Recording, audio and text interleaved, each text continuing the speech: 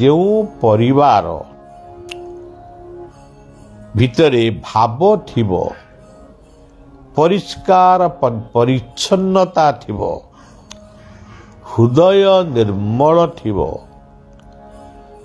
भगवत प्रीति थिबो अतिथि सेवा करुथिबो सेई भलिया गृह को भगवान आसीबे जिबे ये जो शब्द लगे भगवान को पाखरे प्रकृत में भगवान तो सबु जगार पूर्ण होकर अच्छी आ से आसवे कौन जीवे कौन भगवान जाग्रत हेबे भगवत शक्ति सेठी जाग्रत हो जेभली भाव रे सूर्यंकर किरण सबु जगार पड़ी किंतु जब काच देखले सूर्यंक किरणटी अग्नि रे रूपांतरित होई अग्नि रूपरे दर्शन दियंती तामाने अग्निटा सेठी भी थिला किंतु आमे ताकू उपलब्धि करि पारु नथुलु गोटिए जबकाच माध्यम रे से अग्नि को आमे धरी पारिलु ठीक से भली भाव रे भगवान बा भगवत सत्ता बा सर्वशक्तिमान से सबुठी अछंती किंतु से जाग्रत हवे कोउठी तांको अनुभव करिवो कोउठी जोठी मन निर्मल परिष्कार परिच्छन्नता जोटी स्वतंत्र भाव रे तांको प्रति भल पाइबा रहिबो से आपे आपे जाग्रत हेबे ये गोटे अर्थ आउ गोटे अर्थ हला एटा मने रखंतु आमे गरीब हेई पारू दीन दरिद्र हेई पारू किंतु आम मन जदि निर्मल आम भाव जदि सेई भावग्राहींकर पदाब्जरे निविष्ट काय वाक्य मनरे आमे जदि तांको पादरे समर्पित आमर सुत बीत अर्थ जहा किछि अछि एटा आमर बोली कहि पारू किंतु मन भितरे सबु ही तांकर तांको पाई आमे सब किछि पाइचु यही भावना जदि मन भितरे आसिला भगवान आमरी भितरे अछंती यही हृदय कंदर रे अछंती आ सेठी तो अछंती सेठी जाग्रत हेले आमे अनुभव करिबा देखि न पारिबा किंतु अनुभव करिबा जे भगवान आम भितरे अछंती आप आम अनुभव केमिति करू जदि आपणकर प्रभु कथा भाविला बेलू लोम मूल टांकुरी उठिब रोमांच ताहाले आपण जानिबे भगवान मो भितरे अनुभव हेले आखिरु अश्रु बहीगला प्रेमाश्रु जानिबे भगवान वर्तमान मो भितरे जाग्रत हेले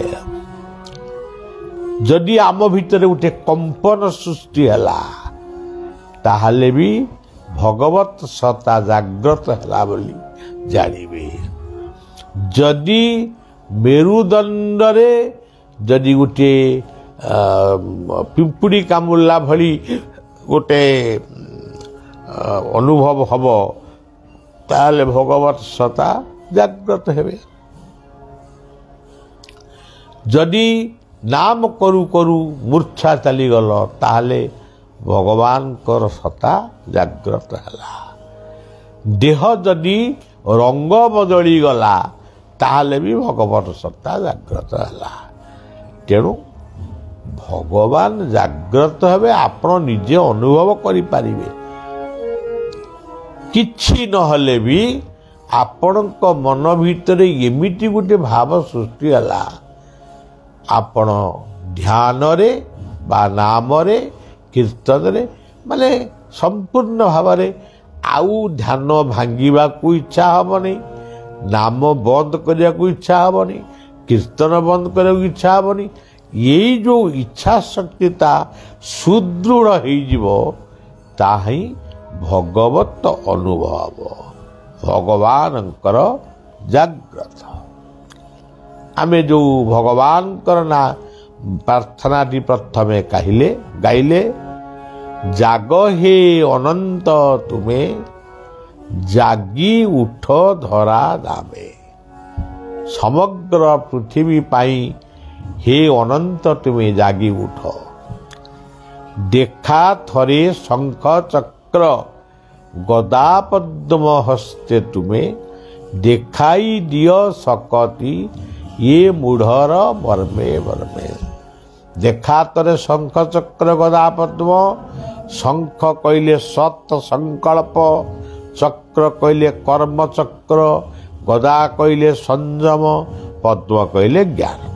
ଏ ଚାରିଟା ଜିନିଷ ମୋ ଭିତରେ ସୃଷ୍ଟି ହଉ। ସତ୍ ସଂକଳ୍ପ ସୃଷ୍ଟି ହଉ, କର୍ମ କରିବା ପାଇଁ ମୋତେ କର୍ମକ୍ଷେତ୍ର ମିଳୁ, ସଂଯମିତ ହେବା ପାଇଁ ମୋତେ ଉପଯୁକ୍ତ ଗୁରୁ ମିଳନ୍ତୁ, ଯେଉଁ ଗୁରୁଙ୍କ ମାଧ୍ୟମରେ ମୁଁ ସଂଯମିତ ହେବି, ଏବଂ ମୋ ଭିତରେ ସୃଷ୍ଟି ହଉ ପଦ୍ମ। ଇଏ ଶରୀର ହେଉଛି ମୂଢ଼, ଇଏ ମୂଢ଼ ଭିତରେ ଆପଣ ଜାଗ୍ରତ ହୁଅନ୍ତୁ। ତାପରେ ଆଉ ଗୋଟିଏ ପଦ ଅଛି, ଇଏ ଜୀବନ ଭୁଲ ପାଇଁ କ୍ଷମା ଦିଅ ହେ ଗୋସାଇ। ଜୀବନରେ ଏମିତି କେହି ମଣିଷ ନାହାନ୍ତି ଏ ଦୁନିଆରେ ଛୋଟ ବଡ଼ ଭୁଲ ନ କରିଛନ୍ତି। ଯଦି କିଏ କରିନଥିବେ, ତେବେ ଛୋଟ ବଡ଼ କ୍ଷୁଦ୍ରାତି କ୍ଷୁଦ୍ର ପାପ, ଇଏ ଅପରାଧ, ପାପ ଅପରାଧ ଅଜ୍ଞାନକୃତ ଜ୍ଞାନାକୃତ ସମସ୍ତ ଅପରାଧକୁ ହେ ଅନନ୍ତ ଗୋସାଇ ତୁମେ ଖଣ୍ଡନ କରି ମୋତେ ପାଦ ପଦ୍ମରେ ସ୍ଥାନ ଦିଅ। କେମିତି ପଢ଼ା ହେଉଛି ସେ ପଦଟିକି ପଢ଼ିଲା ବେଳେ ନିଜର କୃତକର୍ମକୁ ଚିନ୍ତନ କରିବେ। ଇଏ ଜି ଭୁଲ କ୍ଷମା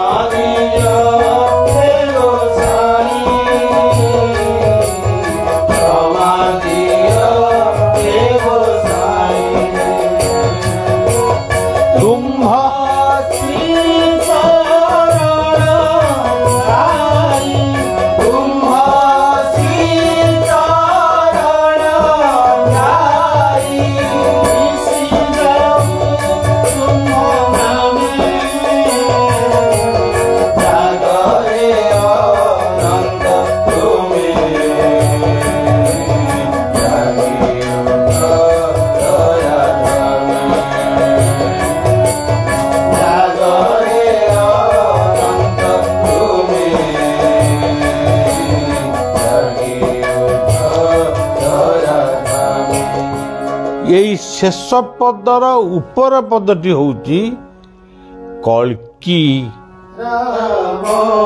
ମୂର୍ତ୍ତି।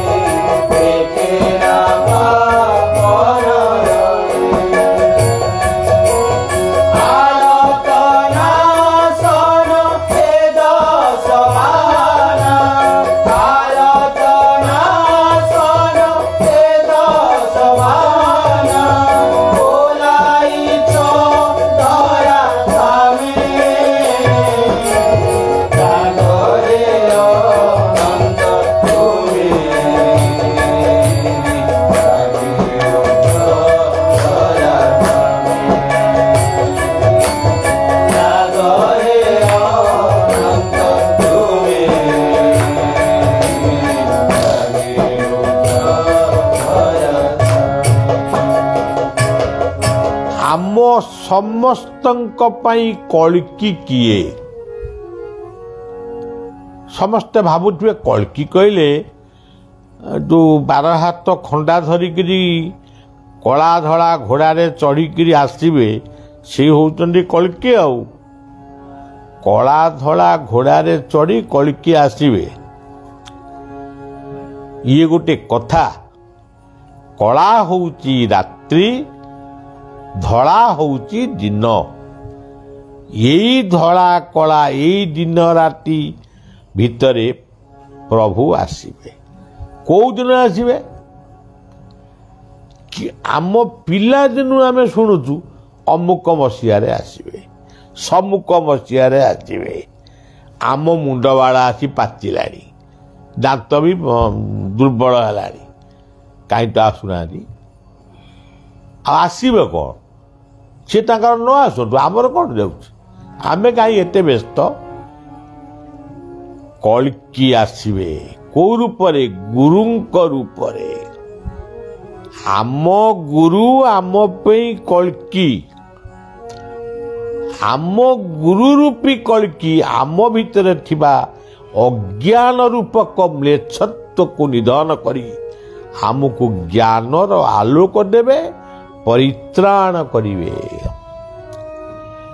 सी 12 हाथ खंडा कौन 12 हाथ खंडाटा कौन से आजिकल आटम बम फुटला खंडा कौन कर 12 हाथर चक्र होउची आम हृदय चक्र एटा 12 दल विशिष्ट चक्र बोली आकु कहा जाइछि यही चक्र रु ठाकुर बाहरिवे आत्मशक्ति जाग्रत हब मनीष भल बाटरे जीव तेणु से कल्कि हाँ कल्कि मंत्र जप करुना ओम क्लीं कल्कि देवाय नमः ओम क्लीं कल्कि देवाय नमः ओम क्लीं कल्कि देवाय नमः आमर जो नामटी पढ़ा जाउची से नाम बा कल्कि अछंती जय राजा सत्य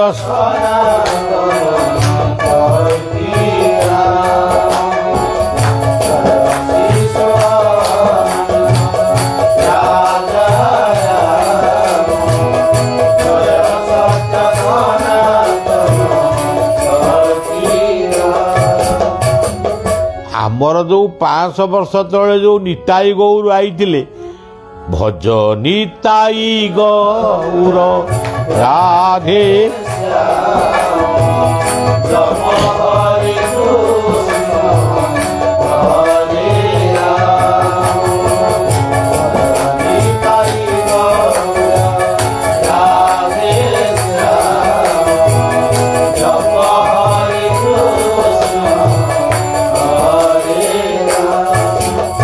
नित्यानंद होउचंदी बलराम गौरांग होउचंदी श्री कृष्ण सी आसिकरी आमको नाम कर म्लेच्छत्व को निधन कर नाम कर कही देकरी गले आम किए कहबा आमर से विश्वास होनी तमर विश्वास नला नहीं आमे कौन करबा जदि तमर विश्वास न हैला तेबे कल्कि किए आम कालिया बलिया ठाकुर बड़देव आउ जगन्नाथ ये होउचन कल्कि आउ कौन ये जुगर कल्कि आउ सी होउचंती बुद्ध सी होउचंती कल्कि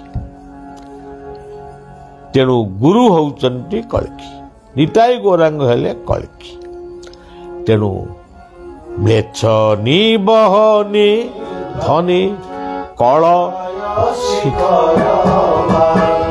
धूमकेतु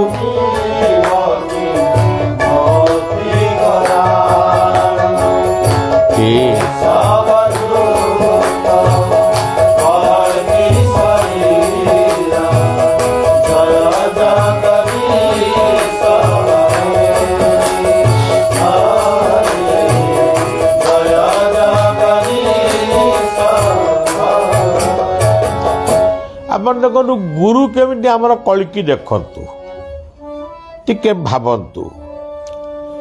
ମୋ ମନେ ଜ୍ଞାନ ଦୀପ ଜାଳି ଅଜ୍ଞାନ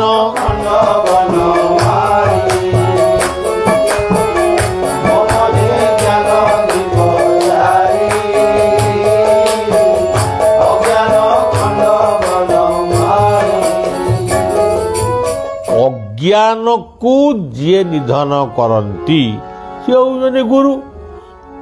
ଆମେ ଆଉ ଗୋଟିଏ ମନ୍ତ୍ରରେ ପଢୁଛୁ ଅଜ୍ଞାନଂ ତିମିରାନ୍ଧସ୍ୟ ଜ୍ଞାନାଞ୍ଜନ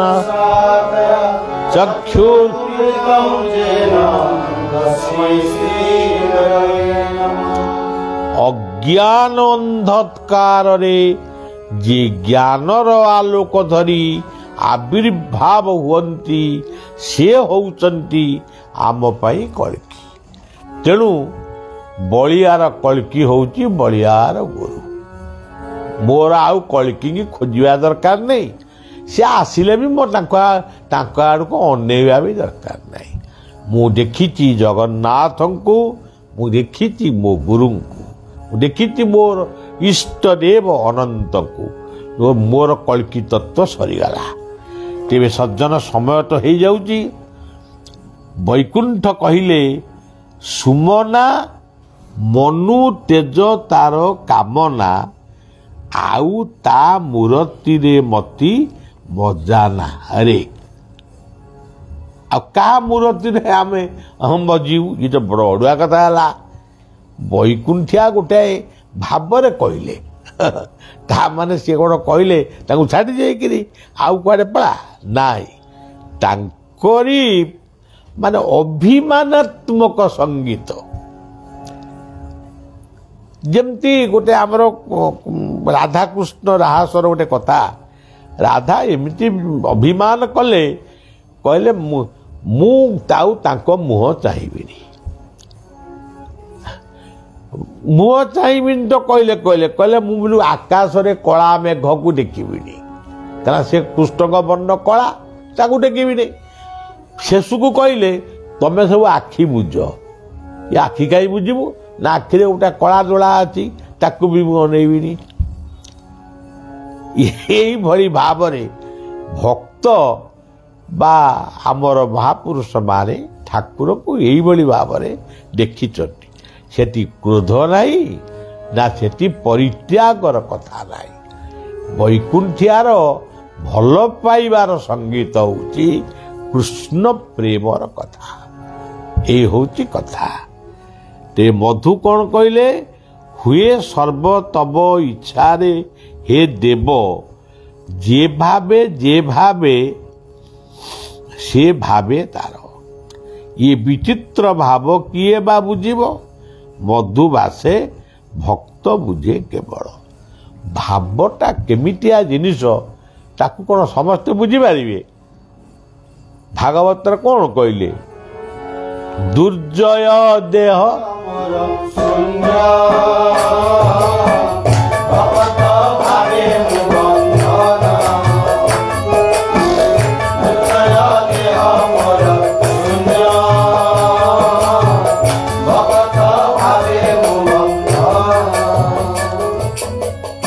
ତେଣୁ ଭାବ ବିନା ଭଗବାନ ବନ୍ଧନ ହେଇ ପାରିବେ ନାହିଁ।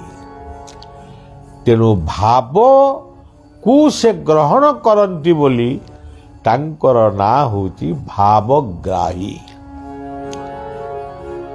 ସେ ସେଥିପାଇଁ ଭକ୍ତର ସେ ହେଉଛନ୍ତି ଭଗବାନ। ଭାବଟା କେମିତିକିଆ ତାକୁ କେବଳ ଭକ୍ତ ହିଁ ବୁଝିପାରିବ, ଅନ୍ୟମାନେ ବୁଝିପାରିବେ ନାହିଁ। ଅର୍ଥାତ୍ ତମେ ଯେତେ ପାଠ ପଢୁଛ ପଢ଼, ଯେତେ ଅର୍ଥ ସତ୍ ଉପାୟରେ ଅର୍ଜନ କରୁଛ କର, କଳାଧନ କଥା ନୁହଁ। ସତ୍ ଉପାୟରେ ତୁମେ ଭଲ ବୁଦ୍ଧିଆ ହୁଅ, ଭଲ ବିବେକୀ ହୁଅ, ଭଲ ବିଚାରବନ୍ତ ହୁଅ, ଭଲ ଶିକ୍ଷିତ ହୁଅ, ଭଲ ପଦପଦବୀରେ ରୁହ, ଭଲ ଘର କର, ଭଲ ପୋଷାକ ପିନ୍ଧ, ଭଲ କୋଠା ଘର କର, ସେଥିରେ କିଛି ଆପତ୍ତି ନାହିଁ, କିନ୍ତୁ ଗର୍ବ କର ନା ମୁଁ ଏମିତି କରିଦେଲି, ଏମିତି ଗୋଟେ କୁହ ନା। ସବୁବେଳେ ନମ୍ରତା ଗୁଣକୁ ଆଚରଣ କର। ତମ ଭିତରେ ଅହଙ୍କାର ସୃଷ୍ଟି ନ ହଉ। ଅହଙ୍କାର ହଉଛି ମଣିଷର ଶତ୍ରୁ, ଯାହାକୁ ଇଂରାଜୀରେ ଇଗୋ କୁହାଯାଉଛି, ଆଉ କୋଉଠି କୁହାଯାଉଛି ଆରୋଗେନ୍ସ। ଇଏ ଅହଙ୍କାର, ଇଏ ଅହଙ୍କାରରୁ ଦୂରେଇ ରୁହ। ଏବଂ ଆଉ ଗୋଟେ ଅହଙ୍କାର ହଉଛି ଇଗ୍ନୋରାନ୍ସ, ଅଜ୍ଞତା। ଇଏ ଅଜ୍ଞତାରେ ଆମେ କହୁଛୁ ଆମେ ଏମିତି ବଡ଼ ଲୋକ, ମୋର କ'ଣ ନାହିଁ, ମୋର ବ୍ୟାଙ୍କରେ କୋଟିଏ ଟଙ୍କା ଅଛି, ମୋର ଘର କରିଛି କୋଟିଏ ଟଙ୍କା।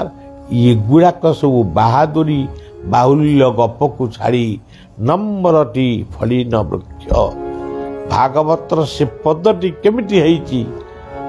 ନମୋଇ ନୃସିଂହ